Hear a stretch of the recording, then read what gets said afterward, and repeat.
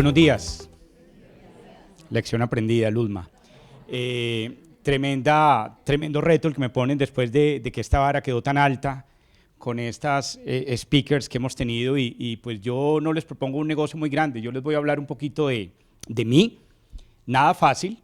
A la asociación hay que acompañarle y tenemos que estar con las botas puestas. Ahorita van a entender por qué el tema de las botas puestas.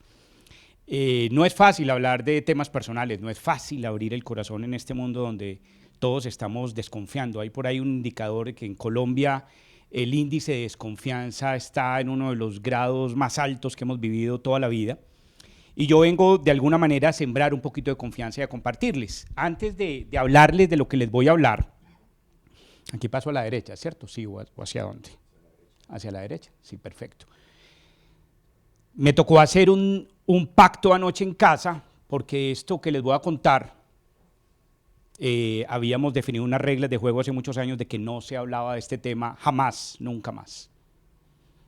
Entonces anoche, pensando ante la invitación de Acris, bueno, ¿de qué vamos a hablar?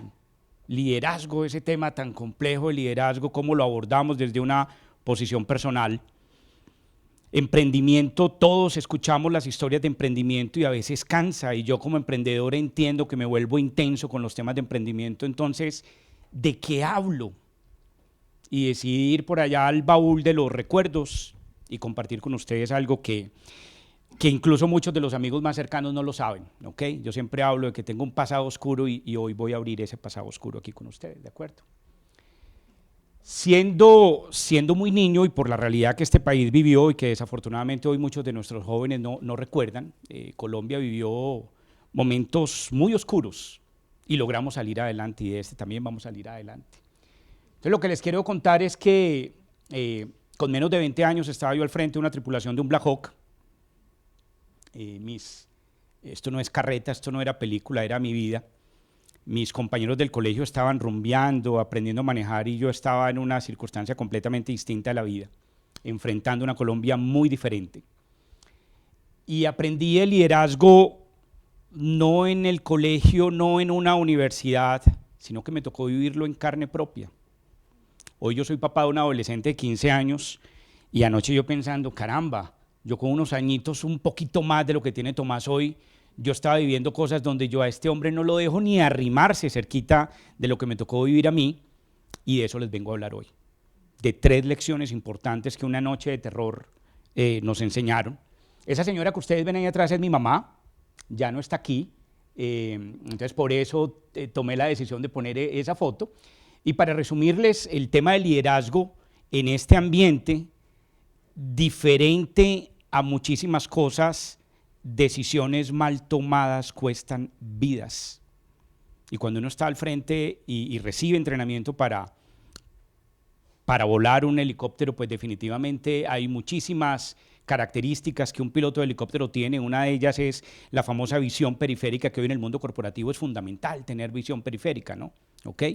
No solamente hacia los lados, sino hacia arriba y hacia abajo, a quién estoy liderando y de quiénes estoy siendo liderado. Y básicamente estábamos un equipo de niños, porque éramos niños, montados en máquinas de guerra que desafortunadamente quitaban vidas, ¿de acuerdo? Y lo que les quiero contar, y voy a pasar muy rápido por aquí porque quiero que nos enfoquemos en el final y en el mensaje final. Cuando uno aterriza un helicóptero en la selva, no hay torres de control, no hay absolutamente nadie que te pueda decir o dar indicaciones, sino que básicamente se trabaja con un equipo en tierra. Ese equipo en tierra te dirige, normalmente es el radiooperador. El trabajo nuestro era básicamente dejar contraguerrillas en algo que se llamaba el Teatro de Operaciones, que era el lugar donde estaban llevándose a cabo pues, las operaciones militares. Dejábamos la contraguerrilla y algunos días después recogíamos lo que quedaba.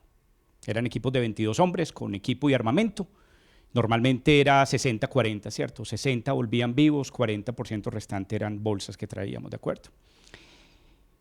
Y en ese momento había un rito no oficial y era cuando estos muchachos se montaban, a la tripulación nos entregaban bolsitas con carticas y foticos y cositas y me decían, mire, si no vuelvo, usted ya sabe qué hacer. Entonces yo las recibí y me las metí aquí dentro del uniforme, dentro del Y llegaba el momento en que yo estaba con una cantidad de cosas, ¿no? Imagínense. Rosarios, estrellitas, anillos, de todo lo que ustedes se quieran imaginar. Y yo siempre les decía, mi misión era, tranquilo que volvemos. Yo sabía que no a todos les podíamos cumplir eso. Tranquilo que volvemos, ¿de acuerdo? Y siempre me esmeré en saberme los nombres. Acuérdense que en esta vida militar son los apellidos, ¿no? Signares, Martínez, Gómez. Yo me esmeraba en saber los nombres. Y hice el esfuerzo de saber los nombres de casi todos ellos. Eran muchísimas misiones, fueron muchos meses al frente de esto. Y siempre le decía, Pedro, Juan Diego, Martín, tranquilo, gracias. Yo se la recibo, pero yo se la devuelvo. Y resulta que una noche estamos en una misión de extracción, les había ido muy mal a esa contraguerrilla, habían caído en una cantidad de situaciones y sabíamos que lo que íbamos a encontrar era terrible. De hecho, nosotros en ese momento no teníamos autorización de realizar una operación nocturna porque había muy mal tiempo. Esto fue en el Caquetá y tomamos la decisión de salir, exponiéndonos a que nos sancionaran, ¿no? Y salimos de noche. Para hacer eso una historia larga, corta, llegamos al lugar donde teníamos que hacer la extracción. Normalmente nosotros vamos guiados por unas coordenadas que no son las coordenadas donde está el equipo, sino que es algún cerro que está cerca, paralelo a BIM, se utiliza el término técnico, y ya luego cuando el equipo en tierra ve al helicóptero hay un radiooperador que me guía, y me va diciendo, eres mío a las 3, a las 4, imagínense que ustedes están con un reloj, ¿de acuerdo? Él lo invierte, entonces cuando él me dice, eres mío a la 1, pues yo sé que voy a la 1, ¿no? Porque no hay coordenadas. Y luego cuando ya yo veo el equipo en tierra, nosotros teníamos un código donde ese equipo en tierra debía soltar una bengala y esa bengala debía coincidir con un código de colores que yo tenía aquí, ¿de acuerdo? Entonces ese código, ok, perfecto, ya llegué, ya vi al equipo en tierra, entonces lance la bengala. La bengala de ese día era roja, si no mal no recuerdo. Entonces lanzan la bengala y la bengala era amarilla. Y yo, mierda. Ok. Entonces le digo yo, no coincide el color, ¿no? Y lo único que yo oigo por el radio es de malas. Y empezamos a sentir nosotros unos rafagazos en el helicóptero en la parte de abajo. Miren, uno de los miedos más grandes que tiene un piloto de helicóptero es recibir un tiro por debajo, ¿de acuerdo? Ese es el pánico que uno tiene, ¿no? Entonces cuando matan a un compañero siempre decía, ¿por dónde fue? Fue en el pecho, todo bien, pero que no sea por otro lado, ¿no? De esas bobadas que probablemente hay en ese mundo, ¿no? Entonces, inmediatamente nos dimos cuenta que no había nada que hacer, o sea, estaban a tiro de fuego con nosotros, no había nada que hacer, entonces yo accedí, entonces aterrizamos la aeronave. Una vez aterrizamos la aeronave, nos cogen con cariño, nos ponen a la tripulación en un lado, ¿de acuerdo? Bajan, nos quitan armamento, y yo ya sabía que venía, ¿no? Listo. Nombre del Padre, salud. Nombre del Padre, Hijo, Espíritu Santo, manda. Aquí fue, ¿de acuerdo? Por eso la gente que está al frente de estas operaciones normalmente es gente muy joven. Duro esto con hijos, ¿no? Hoy no, yo no sería capaz jamás. No voy a festivales aéreos. Listo, perfecto. Entonces entró, llegaron, estaba la contraguerrilla, efectivamente los habían destrozado. Ya sabían que nos iban a destrozar a nosotros también. Y empezaron el tema, me empezaron a esculcar, a sacar las cosas, el armamento. Cuando veo yo que una de las personas, nos iban a matar, o sea, no había duda de eso. Una de las personas que estaba haciendo como el cateo y que nos estaba revisando, lo veo yo, y yo, esta cara es conocida. Lo miro yo y le digo, Juan Diego.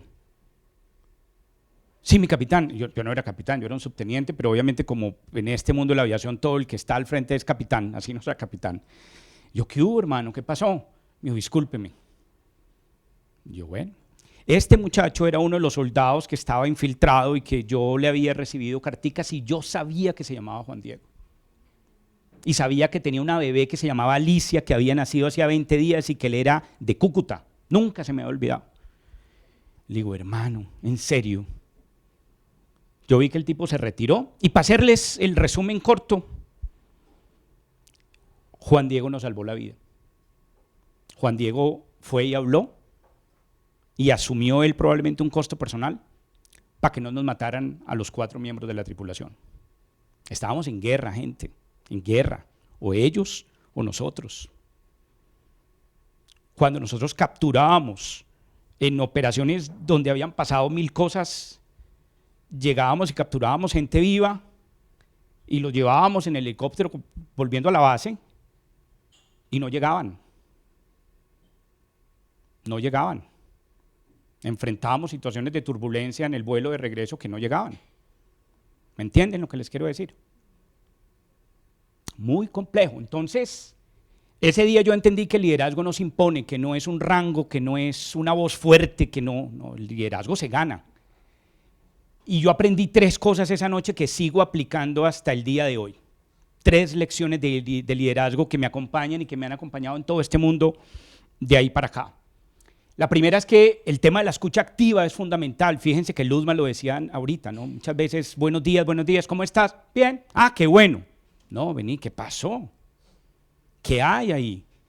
Y yo sé que hay personas que tienen la capacidad de que en el tono de la voz de la persona con la que están hablando detectan cosas, ¿cierto? Es que no me tenés que, yo ya sé que hay algo que no está bien.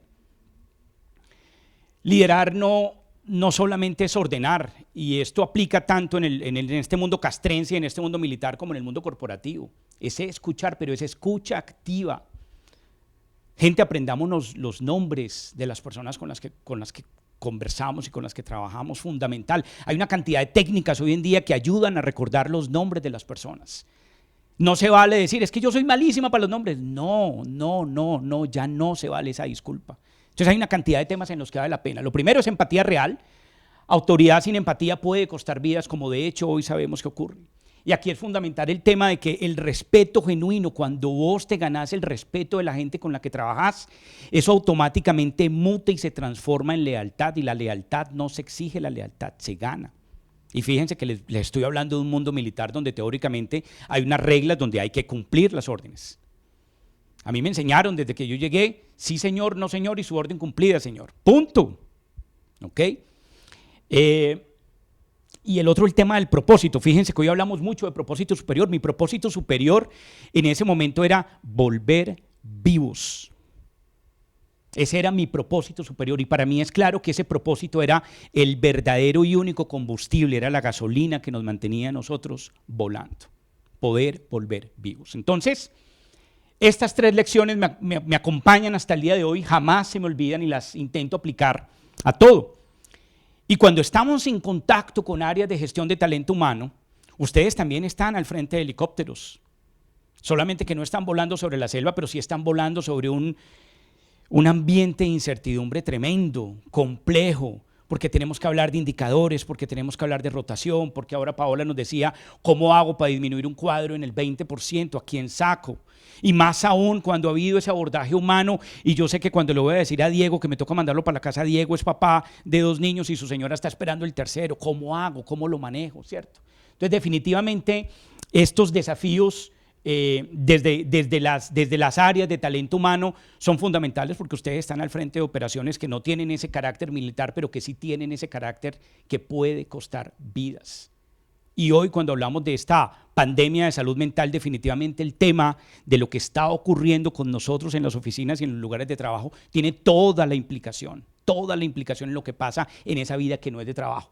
Entonces los equipos no siempre siguen a quien tiene el mayor rango, lo sabemos. No necesariamente es el presidente de la compañía quien llega y dice. Muchas veces tenemos, incluso al interior de vicepresidencias, a gerentes y directores que sabemos que tienen ese poder, y como líderes tenemos la obligación de detectar cómo está compuesta esa complejidad organizacional para saber cómo nos movemos, cómo llevamos ese mensaje, ¿de acuerdo? Y definitivamente es el que escucha, el que cuida y el que inspira quien finalmente hace que las cosas pasen, ¿de acuerdo?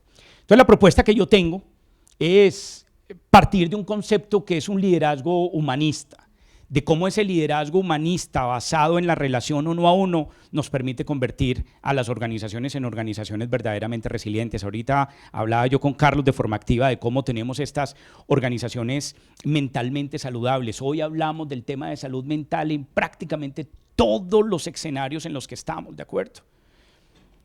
Y el tema de salud mental en Medellín y en Colombia está fuera de control. Tenemos niños a partir de los 8 años tomando decisiones de quitarse la vida. Yo lo viví hace muy poco con un compañero de mi hijo y nosotros decíamos, pero caramba, Creíamos que tenía que ver con un hogar disfuncional, con temas de violencia. No, nada, cero, cero. Entonces, definitivamente, el tema de la resiliencia organizacional pasa por un liderazgo humanista.